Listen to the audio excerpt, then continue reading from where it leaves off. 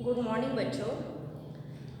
हम लोग पढ़ रहे थे राष्ट्रीय अर्थव्यवस्था की जीवन रेखाएं। मतलब हमारे देश की अर्थव्यवस्था की जीवन रेखा क्या है। जीवन रेखा से आप समझ गई होंगी कि जो हमारे देश की अर्थव्यवस्था के लिए बहुत आवश्यक है। बिना इसके हमारे देश की अर्थव्यवस्था सुचारू रूप से नहीं चल सकती। तो इनको सबसे पहले मजबूत होना आवश्यक है, ठीक ना। तो हम लोगों ने पढ़ा है इसमें कि भारत में परिवहन के साधन क्या क्या है। इसमें परिवहन के साधन के विषय में पढ़ना है, संचार के क्षेत्र में पढ़ना है, ठीक है, बीमा कंपनी है, ये सब चीज़ों, बैंकों के विषय में थोड़ा सी जानकारी हम लोग लेंगे जो देश की अर्थव्यवस्था के लिए बहुत आवश्यक है।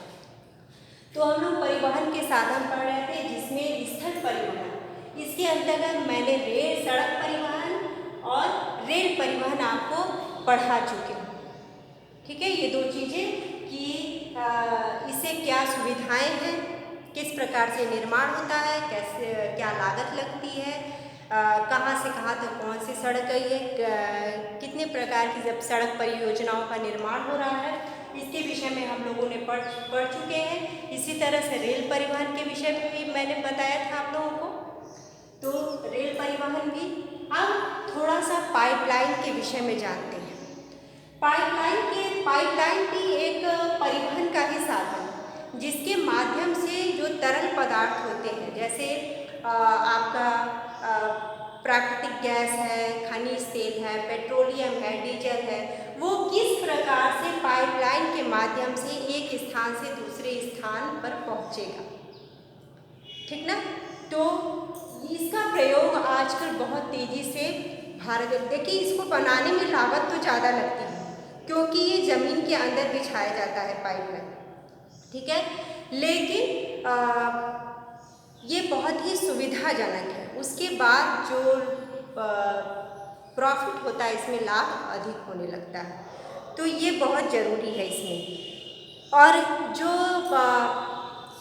बहुत दूर जो आंतरिक मार्ग ऐसे हैं जहाँ पे सड़कों का निर्माण नहीं है, रेल परिवहन नहीं चल सकता, तो उसमें जो है वो पाइपलाइन के माध्यम से उन सुदूर आंतरिक क्षेत्रों में खनिज तेल, पेट्रोलियम वगैरह पहुंचाया जाता है, प्राकृतिक गैस पहुंचाया जाता है, ठीक है। तो ये बहुत आवश्यक है इसके लिए। तो इसमें जो और इसी तरह से कुछ शोधनशालाएँ भी बनाई गई हैं। आप जानते होंगी बरौनी है, मथुरा है, इन सब जगहों पे शोधनशालाएँ बनाई गई हैं जहाँ पे खनिज तेल को रिफाइन करके अलग अलग चीज़ें निकाली जाती हैं, ठीक। और उर्वरक कारखाने भी स्थापित किए गए हैं। ये सब चीज़ें हैं जिससे कि, और जो अभी जैसा कि मैंने बताया कि इसकी प्रारंभिक लागत तो अधिक लगती है बनाने में, लेकिन बाद में फिर धीरे धीरे लागत जो है वो मैनेज हो जाती है, कम हो जाता है, और सुचारू रूप से पाइपलाइन के माध्यम से ये सब जो तरल पदार्थ है वो एक स्थान से दूसरे स्थान पर पहुंच जाते हैं। अब इसमें देखिए कि कुछ प्रमुख पाइपलाइनें कहाँ से कहाँ तक बिछी हैं। सबसे पहले असम में, असम, ठीक ना, असम में ये गुवाहाटी होते हुए, ठीक है, गुवाहाटी, बरौनी और इलाहाबाद के रास्ते होते हुए कानपुर तक जाता है। असम, गुवाहाटी होते हुए, ठीक, ये इलाहाबाद, बरौनी, फिर इलाहाबाद, वर्तमान नाम आप जानते हैं प्रयागराज, उसके बाद कानपुर तक ये पाइपलाइन बिछी हुई है। असम से शुरुआत है, गुवाहाटी, बरौनी, कानपुर और इलाहाबाद और कानपुर में जाके ये समाप्त होती है उत्तर प्रदेश में। अब सोच लीजिए कि असम के रास्ते में कौन कौन से राज्य आए और उसमें ये शामिल है, ठीक है। दूसरी है गुजरात में। गुजरात में ये वीरमगांव, ठीक है, मथुरा और दिल्ली और सोनीपत से होते हुए पंजाब तक जाती है, ठीक है। गुजरात विरमगांव, मथुरा, दिल्ली से होते हुए पंजाब तक ये पाइपलाइन बिछाई गई है। तीसरी है, इसको कहा जाता है कि भारत की सबसे लंबी पाइपलाइन बिछाई गई है। गुजरात से शुरू होती है, लगभग 1200 किलोमीटर लंबी है ये। 1200 किलोमीटर लंबी पाइपलाइन बिछाई गई है। पाइपलाइन इसमें सबसे पहले गुजरात से शुरू होती है, ठीक ना। गुजरात में ये हजीरा से उत्तर प्रदेश के जगदीशपुर, गुजरात के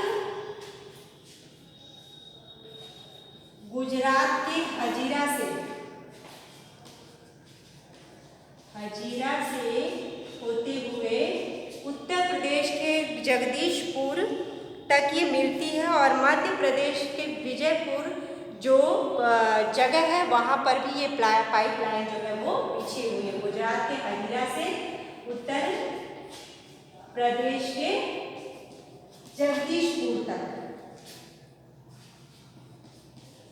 जगदीशपुर तक ये पाइपलाइन बिछी हुई है। रास्ते में जो है वो है विजयपुर, तो मध्य प्रदेश में है, वहाँ पे भी ये पाइपलाइन बिछी हुई है। तो ये सबसे लंबी पाइपलाइन कही जाती है। लगभग 1200 किलोमीटर ये पाइपलाइन बिछी है, ठीक। तो इसके लाभ भी बहुत हैं। आसानी से हम जो तरल पदार्थ है, खनिज तेल है, पेट्रोलियम है, ये एक स्थान से दूसरे स्थान पर पहुंच जाता है, लागत कम लगती है, ठीक। तो ये हो गई आपके स्थल परिवहन से संबंधित 3 चीजें, सड़क, रेल और पाइपलाइन। अब थोड़ा सा देखते हैं इसमें जल परिवहन। जल परिवहन में एक आंतरिक जल परिवहन है, ठीक है, और दूसरा है समुद्री परिवहन। अंतर्राष्ट्रीय परिवहन भी इसको कह सकते हैं कि एक देश से दूसरे देश में। आंतरिक परिवहन का मतलब है कि अपने देश के अंदर ही ये परिवहन मार्ग है। नदियों के माध्यम से एक स्थान से दूसरे स्थान पे इसको पहुंचाया जाता है। जैसे हल्दिया गंगा से शुरू होती है, ठीक ना, उसमें ये परिवहन का प्रयोग किया जाता है। तो आंतरिक भी है, और चूँकि हमारे देश में नदियाँ हजारों की संख्या में है, तो कहीं कहीं पे बहुत धीमी गति से बहती है, जिसके कारण वहाँ परिवहन का प्रयोग नहीं हो पाता। लेकिन जहाँ पे तेज गति का है, नदी बहती है, वहाँ पे आंतरिक परिवहन का प्रयोग किया जाता है। समुद्री परिवहन है, समुद्र के माध्यम से। अंतर्राष्ट्रीय परिवहन भी इसको कह सकते हैं। एक देश से दूसरे देश के मध्य व्यापार करने के लिए बहुत ये सहायक होता है। ज़्यादातर ये व्यापार के रूप में प्रयोग किया जाता है। एक स्थान से दूसरे स्थान पे सामान को पहुंचाने के मालवाहक के रूप में ये प्रयोग होता है। इसी तरह से समुद्री परिवहन भी है, वो भी। तो ये जल परिवहन भी बहुत महत्वपूर्ण है, क्योंकि व्यापार के लिए जल परिवहन बहुत ही सुलभ है, सस्ता है, ठीक है, और आसानी से एक स्थान से दूसरे स्थान पर इसको सामान को पहुंचाया जा सकता है, क्योंकि बंदरगाहों पे माल को चढ़ाने उतारने की पूरी व्यवस्था होती है। इसके लिए परिवहन को या मालवाहक जो जहाज़ें होती हैं, जहाज़रानी जिसको कहा जाता है, उनको रोकने के लिए बंदरगाहों का निर्माण किया जाता है। भारत में आप जानती होंगी, हल्दिया है, पारादीप है, तूतीकोरिन है, चेन्नई है, हाँ, और इसी तरह से आपका कांदला है, जिसको सुभाष चंद्र बोस बंदरगाह पत्तन के नाम से जाना जाता है। तो ये सब चीज़ें हैं, ठीक, और जिससे कि व्यापार आसानी से होता है, ठीक है।